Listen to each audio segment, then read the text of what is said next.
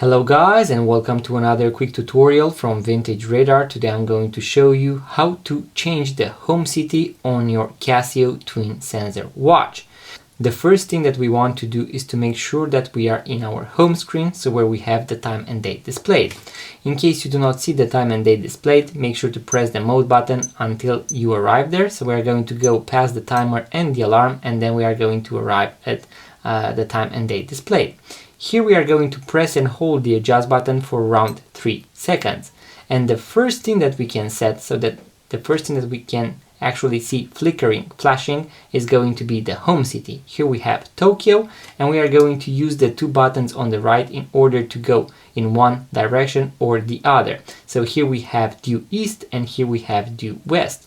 So as you can see right here, I can also press and hold Singapore. We also have Moscow, Jerusalem, Cairo, Athens, Stockholm, Berlin, Rome, and so on. Let's say I want to make it let's say I live in Spain, so I'm going to live at Madrid. And in order to finalize the process, I'm going to press the adjust button. In case you want to change something else, you can use the mode button in order to keep on going. I have a full guide on how to set everything on your Casio Twin Sensor watch, so make sure to check out the full guide in the description box below. And in order to finalize the process, as I mentioned, I'm going to press the adjust button, and now my home city has been changed.